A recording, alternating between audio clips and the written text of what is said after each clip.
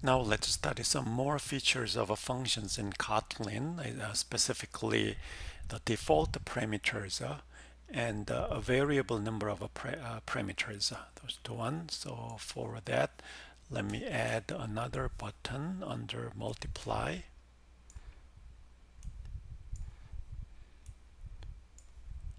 So there, and then let's me assign ID as ask info.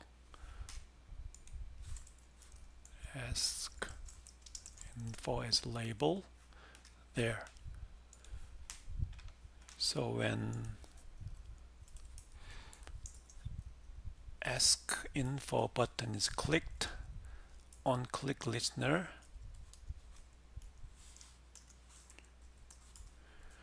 so here we are going to do call a function which has a default parameters.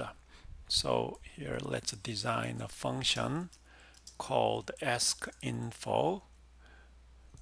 Then name, first parameter is name, and second parameter is age. Then it returns string. So one string is that name, you are, age, all years old. That's the message. So as a name and age is provided, the one string is returned. So since a return has the whole body of the function is on one expression as a return, so we could do single expression function instead of using keyword return. We could write this way. I have too many equal sign there. So here we could call ask info Mary and 19. Then the M1 will hold Mary, you are 19 years old.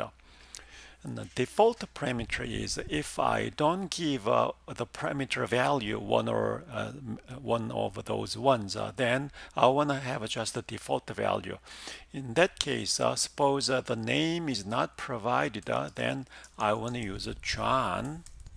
Then this is the Kotlin syntax. Just give a equal and then default value. So in that case, you can call the function with just the age only, but here because the first one is a name, but we are going to provide age only. So here to use a default value of age, we need to specify explicitly the parameter name.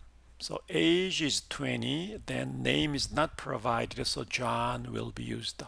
So in M2, what we get is a John default value, you are 20 years old. So that is provided. So of course, similarly, you can call ask value, ask info by giving the parameters names explicitly, something like this. So let's test this out. So ID display text is let's compose a string M1 line break, M2 line break, M3 line break, and so on. So let's run this program to demonstrate the default parameters.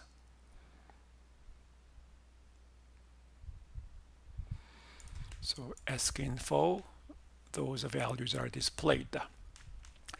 Another one in Kotlin function is a variable number of parameters.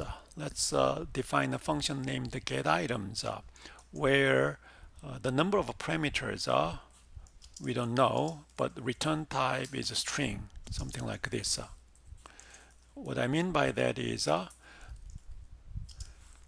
M4 is I'm going to call getItem function with just only one parameter, or I can call getItem with two parameters,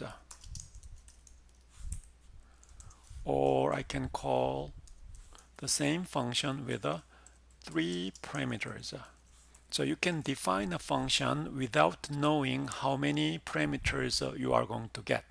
Since we don't know how many parameters are inside the parenthesis, how do you specify that is using keyword vararg, which means a variable argument, and then specify the parameter, just one parameter name.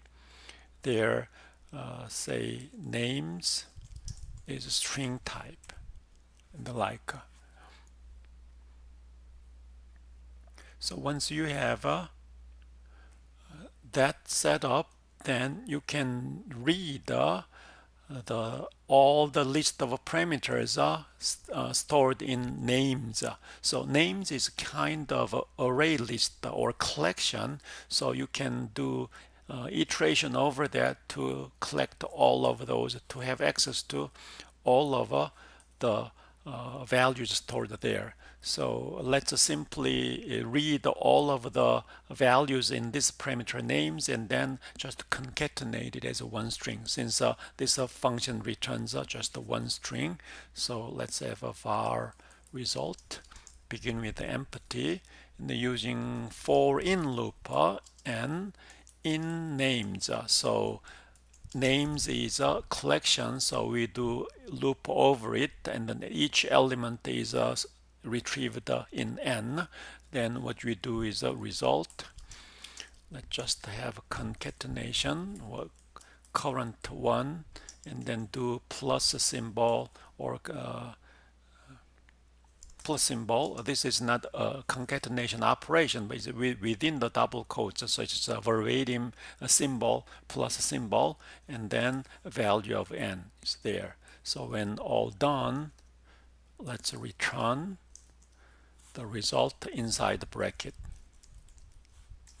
Something like this. So as I call M4, so what we'll get is just the 1 inside the bracket. As I call getItem, the M5 will get 1 plus 2 inside the bracket and the like. So let's keep concatenating the result. M4 line break, M5 line break, M6 like.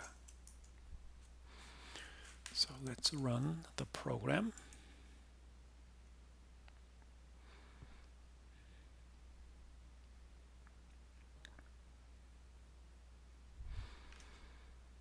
So as I click ask info, get items is called with 1, 2, 3.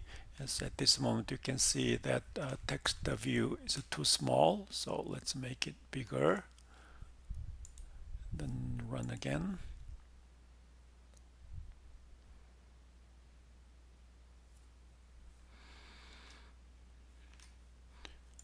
Ask info. So here, as I called the get items 3 times, so those are displayed 1, 2, and 3 ones. So here we have studied how to specify default parameter, and then when you call it, you need to specify the others explicitly, and then how to specify a variable number of parameters using keyword vararg.